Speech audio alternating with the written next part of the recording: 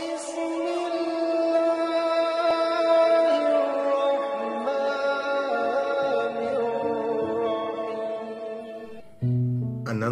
కరుణామయుడు పరమ కృపాశీలుడు అయిన అల్లాహ్ పేరుతో.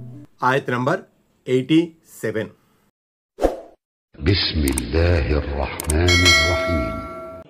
ومن آبائهم وذرياتهم وإخوانهم واجتبيناهم وهديناهم إلى صراط مستقيم. ఆయత్ నంబర్ 87. అంతేకాదు వారి పితామహులలో, తాత ముత్తాతల్లో, వారి సంతానములో, వారి సహోదరులలో. 110. ఆబా అంటే పూర్వీకులు అని అర్థం. అంటే వంశవృక్షం యొక్క వేళ్ళు. అంటే తండ్రులు, తాతలు, ముత్తాతలు అన్నమాట. జుర్రియాత్ అంటే సంతతికి చెందినవారు, కొడుకులు, మనవళ్ళు, మునిమనవళ్ళు అన్నమాట. అల్లాహ్ వారి తాత ముత్తాతల్లో చాలామందిపై, అలాగే వారి సంతతిలో పెక్కు మందిపై, వారి అన్నదమ్ముల్లో కూడా అనేక మందిపై ప్రత్యేకంగా దయతలిచాడు. వాళ్లను ఎన్నుకున్నాం. ఇజ్ తబైనా అంటే వాళ్లను మాకు నచ్చిన దాసుల జాబితాలలో చేర్చుకున్నాము అని భావం. అరబీలో జబైతుల్ మఆఫిల్ హౌజీ అని అనడం కద్దు. అంటే నేను కొలంలో నీటిని సమీకరించాను అని అర్థం. ఈ విధంగా ఇజ్ తబైనా అన్న దానికి నేను వారిని నా ప్రత్యేక దాసుల్లో కలుపుకున్నాను అన్న అర్థం కూడా వస్తుంది. అలాగే ఇజ్ తబైనా అన్న పదానికి ఇస్తిఫా అన్న అర్థం కూడా రావచ్చు. ఇస్తిఫా అంటే ఎన్నుకోవడం. దీని నుంచే ముస్తఫా అనే పదం వచ్చింది. ముస్తఫా అంటే ఎన్నుకోబడిన వాడని అర్థం. ఫతహుల్ ఖదీర్ కూడా కొందరిని మేము కటాక్షించాము, వారిని మా సేవ కోసం ఎన్నుకున్నాం, వారిని రుజుమార్గం వైపుకు నడిపించాము. ఆయత్ నంబర్ 88. ذلك هدى الله يهدي به من يشاء من عباده ولو أشركوا لحبط عنهم ما كانوا يعملون. ఆయత్ నంబర్ 88. ఇది అల్లాహ్ మార్గదర్శకత్వం. ఆయన తన దాసులలో తాను కోరిన వారిని ఈ మార్గంపై నడిపింపజేస్తాడు. ఒకవేళ వీరు సైతం దైవత్వంలో భాగస్వామ్యానికి షిర్కుకు ఒడిగట్టి ఉంటే వారు చేసుకున్న కర్మలన్నీ కూడా వృధా అయిపోయేవి. 111. 18 మంది ప్రవక్తల పేర్లు ప్రస్తావించిన తరువాత అల్లాహ్ వారిని ఇలా హెచ్చరించడం గమనార్హ విషయం.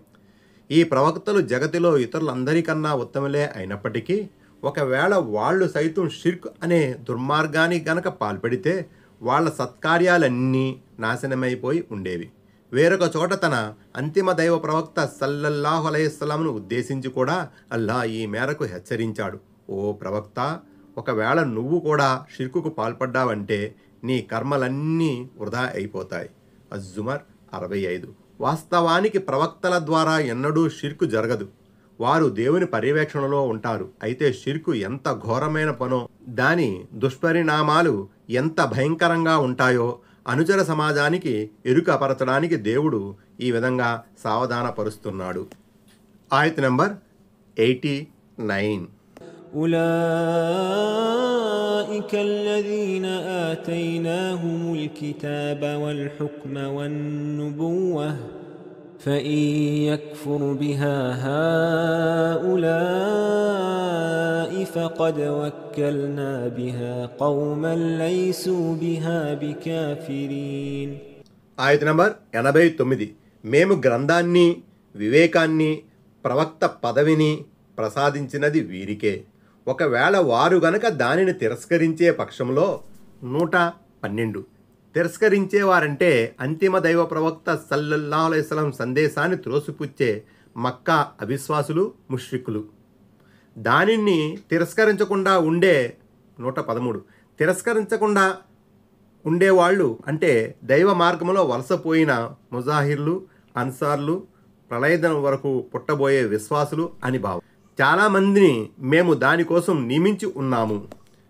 ఆయత్ నంబర్ 90.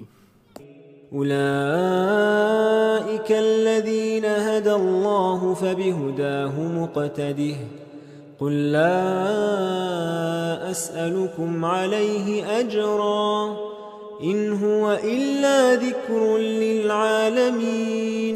ఆయత నంబర్ 90. అల్లాహ్ సన్మార్గం చూపించినటువంటి వారు వీరే కనుక ఓ ప్రవక్త నువ్వు కూడా వారి మార్గాన్నే అనుసరించు. 114. వారి మార్గాన్నే అనుసరించు అనంటే ఇంతకు ముందు ఆయతులలో దేవుడు ప్రస్తావించిన ప్రవక్తలన్నమాట. వారంతా దేవుని ఏకత్వం తౌహీద్ వైపుకే ప్రజలను పిలిచారు. కాబట్టి దేవుని ఏకత్వానికి సంబంధించినంత వరకు గతించిన ప్రవక్తల మార్గాన్ని అనుసరించవచ్చు. అలాగే గత ప్రవక్తలు అవలంబించిన షరియత్లో ఏదైనా ఆజ్ఞ రద్దు కాకుండా ఉంటే దాన్ని కూడా అనుసరించవచ్చు. ఫతహుల్ ఖదీర్.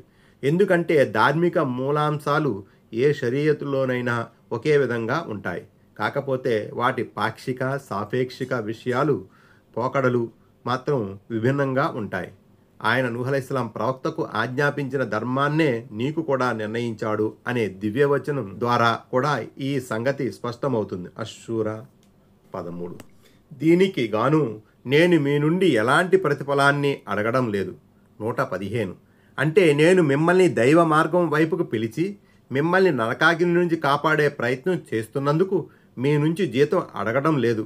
నేను చేసే ఈ పనికి మంచి ప్రతిఫలం పరలోకంలో అల్లాహ్ దగ్గర నాకు లభిస్తుంది. ఇది సమస్త లోకవాసుల కోసం హితోపదేశం అని ఓ ప్రవక్త వారికి చెప్పు. 116.